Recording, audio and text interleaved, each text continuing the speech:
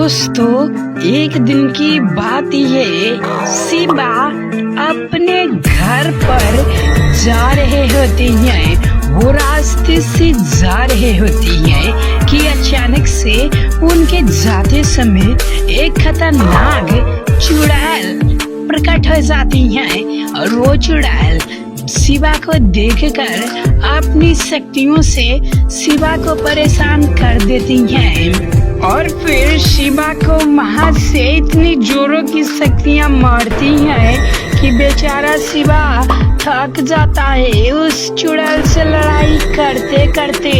और फिर वो चुड़ैल वहां से चली जाती है।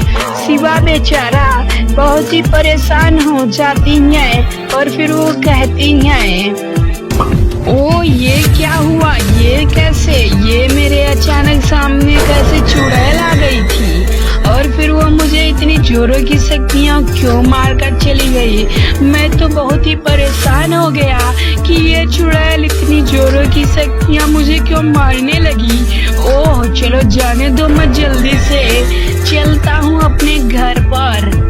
और फिर शिवा इतनी बातों को कहकर वहाँ से अपने घर पर चले जाते हैं। वो रास्ते से जब जा रहे थे कि अचानक से उनके सामने एक काल राक्षस नाम के राक्षस प्रकट हो जाते हैं और वो काल राक्षस शिवा को देखकर अपनी शक्तियों से शिवा को घायल कर देते हैं और शिवा से हंसते हंसते कहते हैं, हा हा हा हा हा, देखो शिवा, मैं तुम्हें आज नहीं छोड़ने वाला हूँ। तुम्हें अपने साथ अपने बॉस के पास ले चलूंगा। तुमने अच्छा नहीं किया, हा हा हा हा हा, जो तुमने मेरे उस बगीचे को बर्बाद कर डाला।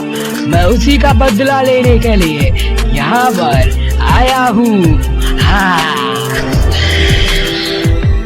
देखो काल राक्षस, मुझे छोड़ दो। मैं उस बगीचों को जानकर खराब नहीं किया था, इस वजह से मुझे छोड़ दो।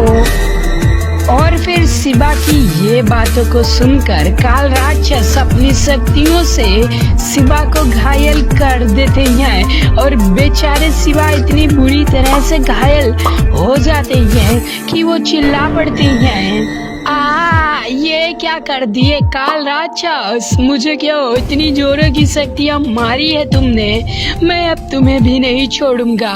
ओ मेरी शक्तियां हाजिर हो और इस काल राक्षस को अपनी शक्तियां दिखा दो कि तुम्हारे पास कितनी शक्तियां हैं।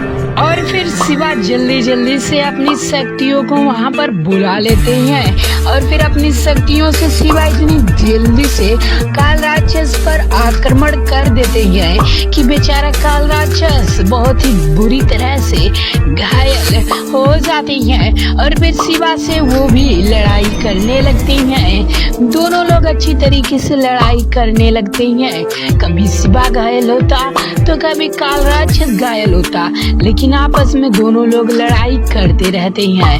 ये क्या होता है, काल राक्षस अपनी बुरी वाली शक्तियों से शिवा को घायल कर देता है कि बेचारा शिवा इतनी बुरी तरह से घायल हो जाता है कि वो कुछ कह ही नहीं पाता है और उनकी जादुई शक्तियां भी चल नहीं पाती है। और फिर इस अचानक से शिवा में इतनी दुगनी पावर आ जाती है कि वो काल राक्षस को इतनी बुरी तरह से शक्तियां मारता है कि बेचारा काल राक्षस एक ही बार में वहां से अपने घर पर चला जाता है।